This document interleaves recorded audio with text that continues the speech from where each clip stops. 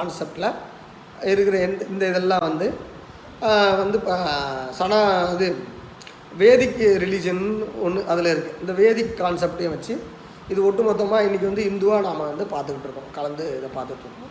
இந்த ரிலீஜனில் இந்து பெண்களுக்கு இங்கே இதில் எல்லாருக்கும் இந்து பெண்களுக்கு சொத்தில் உரிமையெல்லாம் கிடைக்கல, சொத்தை வச்சிக்கக்கூடாது. இந்து பெண்கள் 1913 சொத்தை வச்சுக்கூடாது. 13 முஸ்லீமும் கிறிஸ்டினும் வச்சுக்கலாம், இந்துவில் யாரும் வச்சிக்கக்கூடாது அப்படின்னு வந்துருச்சு. 1927 அவங்களுக்கு பெண்களுக்கு கணவர் இறந்துட்டாருன்னா ஜீவனாம்ச உரிமையாக பெண்கள் சொத்தை வச்சுக்கலாம்.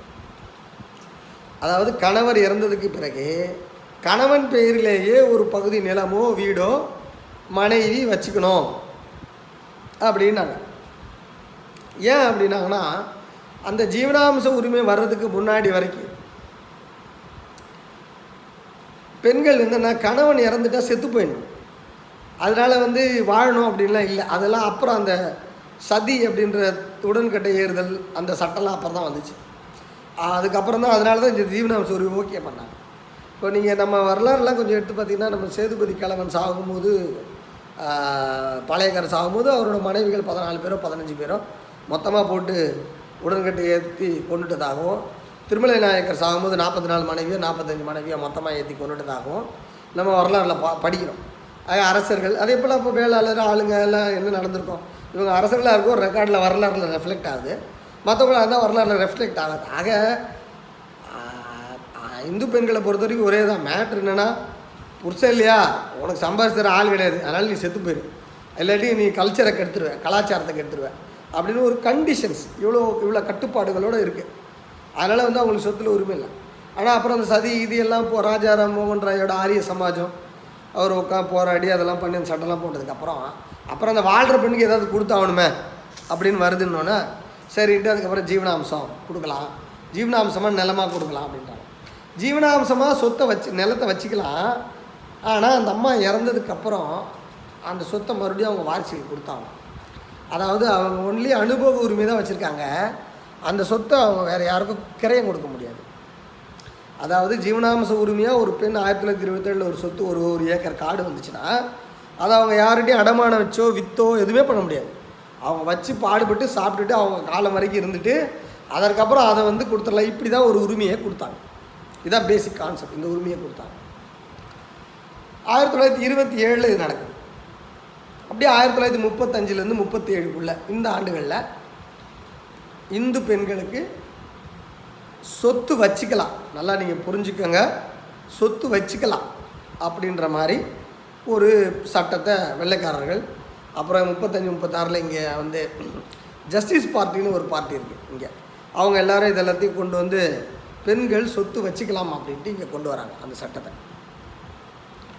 இப்போ நீங்கள் கான்செப்ட் புரிஞ்சுக்கோங்க. இந்த சட்டம் 35 தமிழ்நாட்டில் தான் வருது தவிர சொத்து வச்சுக்கலான்ட்டு நீங்கள் வேறு ஸ்டேட்லலாம் கிடையாது. இது அப்போ வரல சொத்து வச்சுக்கலான்ட்டு. அப்போ தமிழ்நாட்டில் பெண்கள் பேரில் சொத்து இருக்குது அப்படின்னா அவங்க வாங்கின சொத்தாக இருக்கலாம், நல்லா தெரிஞ்சுங்க, வாங்கின சொத்தாக இருக்கலாம்.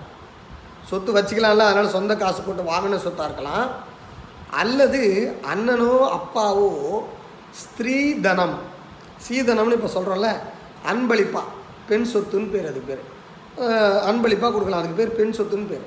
அந்த பெண் சொத்து அவங்க தன்னோட பெண் பிள்ளைகளுக்கு கொடுப்பாங்க, மருமகளுக்கு கொடுப்பாங்க, அப்படி தான் கொடுக்கணும். அது மகனுக்கு போகாது.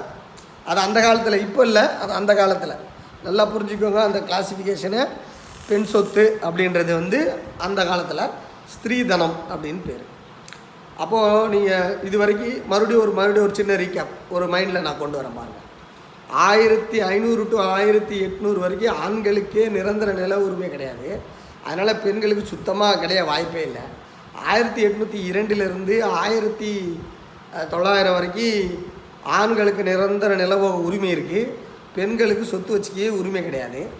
அதற்கப்புறம் நிறைய பெண்களுக்கான சீர்திருத்த சட்டங்கள் சதி உடன்கிட்டே இருந்தெல்லாம் நிறுத்தினதுக்கப்புறம் அதுக்கப்புறம் அந்த பெண்களுக்கு வந்து சொத்து தேவைப்படுது. அதுக்கப்புறம் வந்து கிறிஸ்துவ பெண்களுக்கும் முஸ்லீம் பெண்களுக்கும் இந்தியாவில் இருக்கிற, அப்போ அதுக்கு முன்னாடி இருக்க இந்த 200 வருஷம் எந்த பெண்களுக்கும், அது இந்துவாக இருந்தாலும் சரி கிறிஸ்துவனாக இருந்தாலும் சரி முஸ்லீம் பெண்களாக இருந்தாலும் சொத்தில் அவங்களுக்கு பங்கு கிடையாது. அது 13-12 தான் அது வருது, அவங்களுக்கு அது இம்ப்ளிமெண்ட் ஆகுது. அதுக்கப்புறம் 1927 தான் இந்து பெண்கள் ஜீவனாம்சமாக சொத்து வச்சுக்கலாம், ஜீவனாம்சமாக. ஆனாலும் அதை விற்க அவங்களுக்கு உரிமை கிடையாது, அது திருப்பி அவங்க வாரிசுக்கே கொடுத்துடணும் அப்படின்றது மாதிரி கான்செப்டில் சொத்துரிமை கொடுக்குறாங்க. அதற்கு பிறகு 1935-36களில் தான் தமிழ்நாட்டிலேயே பெண்கள் சொத்து சொந்தமாக பாஸ் கொடுத்து வாங்கிக்கலாம், அதுக்கு பேர் பெண் சொத்து. அப்புறம் அன்பளிப்பாக வாங்கிக்கலாம், அதுக்கு பேர் பெண் சொத்து. அந்த பெண் சொத்து பெண் வாரிசுக்கு தான் போகும் அப்படின்ற மாதிரி ஸ்ரீதன சட்டத்தின்படி அதை வந்து உருவாக்குனாங்க. அந்த சட்டப்படி சொத்து பெண்கள் வச்சுக்கலான்றது, பெண்கள் சொத்தை வச்சுக்கலாம், அதாவது இந்து பெண்கள் சொத்தை வச்சுக்கலாம் அப்படின்னு சட்டமே 1937க்கு அப்புறம் தான் வருது அப்படின்றத நீங்கள் புரிஞ்சுக்கணும் அப்படின்ற. அடுத்து அப்படியே 1954க்கு வந்துருக்கு. 1954 அவங்க என்ன சொல்கிறாங்க, சார் பெண்கள் சொத்து வச்சுக்கலான்னு சொல்லிட்டீங்க, வாங்கிக்கலான்னு சொல்லிட்டீங்க, ரைட்டு, அண்ணன் கொடுக்கல அப்பா கொடுக்கலான்னு. அண்ணனும் கொடுக்கல அப்பாவும் கொடுக்கல, நாங்கள் என்ன பண்ணுவோம், எங்கள் அப்பா சொத்து சம்பாரிச்சிட்டாரு, ஆனால் நான் பொண்ணு, பையனுக்கு மட்டும் சொத்து போகுது, பொண்ணுக்கு போகாது, அதுக்கு பேர் வாரிசு உரிமை அப்படின்னு பேர். இந்த வாரிசு உரிமை ரொம்ப டிஃபிகல்ட்டான மேட்ருங்க. தமிழ்நாட்டில் பெரும்பாலும் நாம் இங்கே இருக்கிறதுக்கு வந்து பார்த்திங்கன்னா மித்தாசாரா குடும்பம் அப்படின்னு நம்ம இந்த இந்து குடும்பத்தையே அந்தந்த பகுதி கல்ச்சருக்கு ஏற்ற மாதிரி வாரிசு உரிமைகள் சின்ன சின்ன அளவில் மாறுதுங்க. இப்போ பார்த்திங்கன்னா பஞ்சாபு, மேற்கு வங்காளம் இந்த பகுதியிலலாம் இருக்கிற மக்கள், இந்த முகர்ஜி, நான் என்னோடய ஃப்ரெண்டு வீட்டுக்கெலாம் போயிருக்கேன் கல்கத்தாவில், அனுபவ் முகர்ஜி அப்படின்ட்டு. அவங்க வீட்டில் இருக்கிற சொத்து பத்திரங்கள், அவங்க வீட்டில் இருக்கிற சில நிறைய டிஸ்கஸ் பண்ணும்போது நிறைய விஷயம் தெரிஞ்சு. அவங்க வந்து தயாபாகா ஃபேமிலி.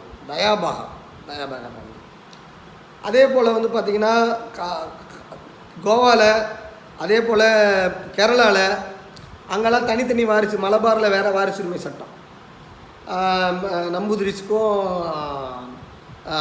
இவங்களுக்கும் நம்பூதிரிஸ்க்கும் நாயருக்கும் தனி வாரிசு உரிமை சட்டம் இருக்காங்க.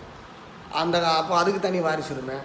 அதுக்கப்புறம் வந்து பார்த்திங்கன்னா இந்த கோஸ்டலில் இருக்கிற கோவா பகுதியில் இருக்கிற கொங்கனில் இருக்கிறாங்க கவுடாஸு, அதுக்கப்புறம் வந்து அங்கே இருக்கிற பிராமணர்கள், அதுக்கு தனியாக வாரிசு உரிமை சட்டம் அப்படின்ட்டு அங்கங்கே அந்தந்த பகுதியில் அவங்களோட கலாச்சாரம் வாரிசுக்கு ஏற்ற மாதிரி தனித்தனியான வாரிசு உரிமை சட்டம் இருந்தது.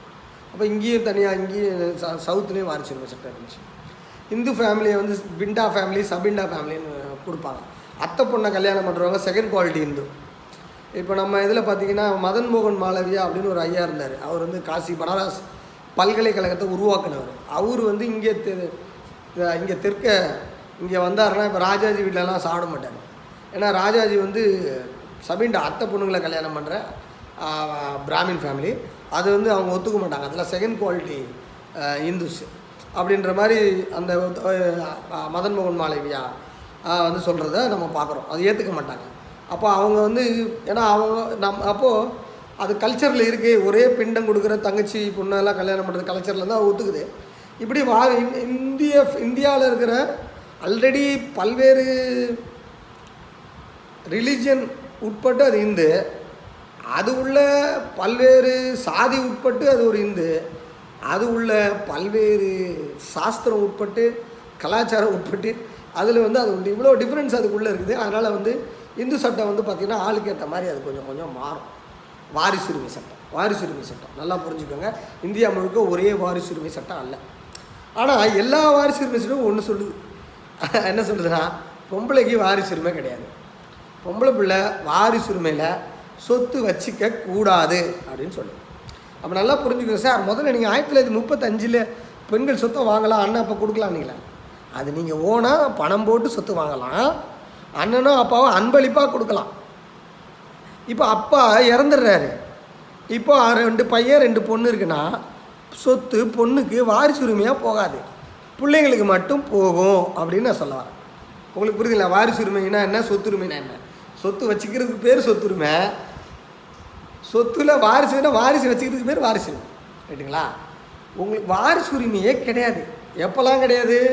1956 வரைக்கும் கிடையாது. நல்லா புரிஞ்சுக்கோங்க. 1956 வரைக்கும் கிடையாது.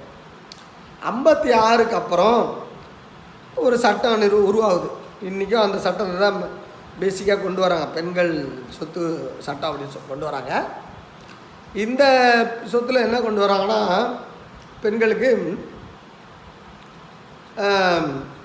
அப்பாவோட சொத்து, அப்பா இருக்கார்ல, அப்பா இருக்கார், அவரோட சொத்து அப்பாவோட சொத்தில் பங்கு உண்டு, வாரிசு உரிமை உண்டு, நீ எடுத்துக்கலாம். இப்போ அப்பாவுக்கு வந்து சம்பாரித்து வச்சிடுறாரு, ஒரு 4 ஏக்கர் சம்பாரிச்சிருக்காரு, 2 பொண்ணு 2 பையன் அப்படின்னா அந்த 4 ஏக்கர் ஆளுக்கு 1 ஏக்கராக இவங்க பிரிச்சுக்கலாம் அப்படின்னு வந்துடுது. இது 56 இந்த சட்டம் வருதுங்க. 1956 இந்த சட்டம் வருது. ஆனால் தாத்தா சொத்தில் பங்கு கிடையவே கிடையாது. என்னது? தாத்தா சொத்தில் பங்கு கிடையவே கிடையாது. நல்லா புரிஞ்சுக்கணும். அப்பா சம்பாரித்த சொத்தில்